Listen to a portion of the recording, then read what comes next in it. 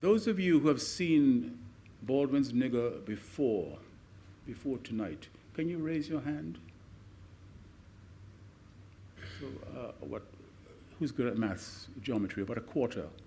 I know the people whose hands are raised, how many of you are seeing it? I've seen it more than once, including this afternoon. How many? So very, very few.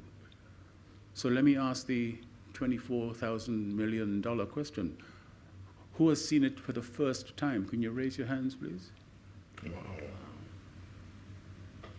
Thank you, thank you. So in a way, my first bowl to you, starting with you, Denari. Can you just share with us what your reaction was when you first saw this film?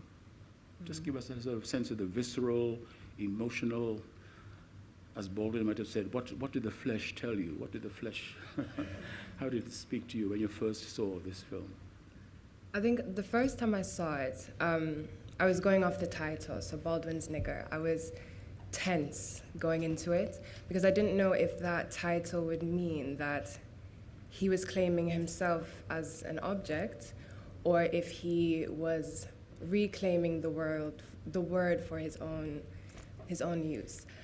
And someone as big and in a sense powerful as Baldwin is, it's so easy to link what he says as truth, but not just truth for himself, truth for the Black idea and the Black nation, Black people. So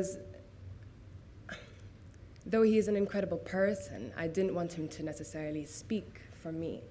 And in actually watching the film, I loved how he was there and he was presenting, but he was a man speaking of his own experience. And the people in the audience really, really challenged him. They weren't taking what he said as gospel by any means. The idea of Blackness was being democratized in a way and being built from scratch. It was being taken down.